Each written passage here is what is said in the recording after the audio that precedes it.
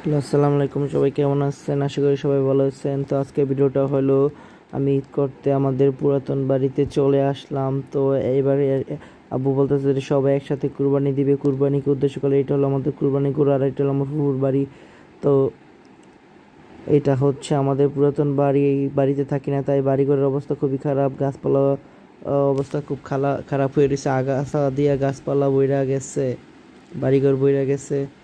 আগাছার গাছ দিয়ে তো আব্বু লেবু গাছ লাগাইছিল। এই যে লেবু গাছে অনেকগুলো লেবু হয়েছে, আমি দেখতেছি যে অনেকগুলো লেবু হয়েছে। আব্বুকে বললাম লেবু তো আর থাকবে না, সব কুরবানির ঈদ যেহেতু সবাই বাইরে নিয়ে যাবে লেবু। ঘর বাড়ি ভেঙে রয়েছে। তো এটা আমার চাচার বাড়ি, বড় চাচার বাড়ি। তো এই যে বড় চাচার বাড়িতে অনেকগুলো গাছ দেখলাম, যে কাঁঠাল গাছ, অনেক কাঁঠাল ধরছে। চাচিকে দেখে আমি সালাম দিলাম। আর এই এই যে রাস্তা আমাদের, এই জমিটা আমাদের, এইখান থেকে সোজা পর্যন্ত চতুর্দিকে